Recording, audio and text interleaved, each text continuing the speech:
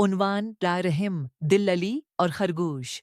एक दिन अली, जो कि एक नेक और नमाज पढ़ने वाला मुसलमान बच्चा था, जंगल की सैर को निकला। इसके हाथ में तस्बीह थी और दिल में अल्लाह की याद। दरख्तों की छाँव, परिंदों की तस्बीह और हल्की हवा अली को बहुत भली लग रही थी। अचानक एक झाड़ी के पीछे से किसी के रोने की आवाज आई। अली चौंका और बोला, या अल्लाह, ये कैसी आवाज है? उसने आहिस्ता से झाड़ी के पीछे झांका तो एक नन्हा सा सफेद खरगोश कांप रहा था। अली ने नरमी से कहा, नन्हे दोस्त, घबराओ मत, तुम क्यों डर रहे हो? खरगोश ने कपकपाती आवाज में जवाब दिया, एक लोमड़ी मुझे खाना चाहती थी, बड़ी मुश्किल से यहाँ छिपा हूँ।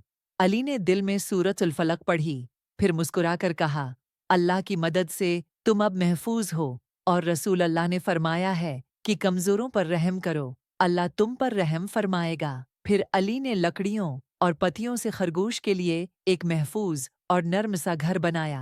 करीब के बाग से कुछ गाजरें भी ले आया और खरगोश के सामने रख दें। खरगोश की आंखों में खुशी के आंसू आ गए। खरगोश अली से बोला, अली, तुम तो मेरे सबसे अच्छे दोस्त हो। अगर सब इंसान तुम जैसे रहम दिल हों तो दुनिया जन्नत बन जाए।